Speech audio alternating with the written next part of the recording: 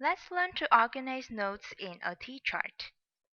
We will first introduce what a T-chart is and when we can use. We also have a comprehension check and the reviewing part.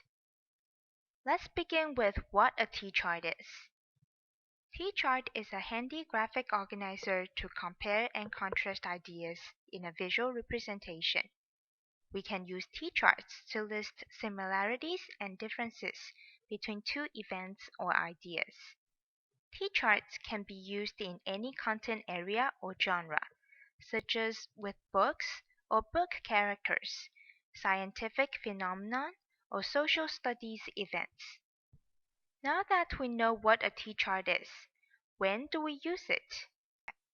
When we are examining, comparing, contrasting, and evaluating issues with two aspects, we can use a T-chart.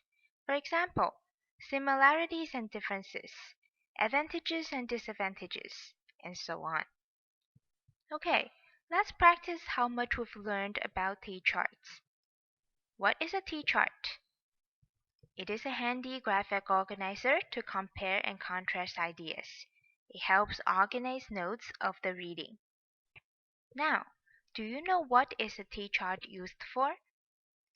We can note similarities and differences, compare advantages and disadvantages, show problems and solutions, evaluate pros and cons, separate facts from opinions. Okay, let's go with a more challenging task, a quiz. Do you know which three ideas can be organized with a T-chart? They are number 2, number 3, and number 5. Hope you did them right. Do you know which is not correct about the T-chart? Yes, the answer is B. Did you get it? Now, let's have a quick review of today's lesson.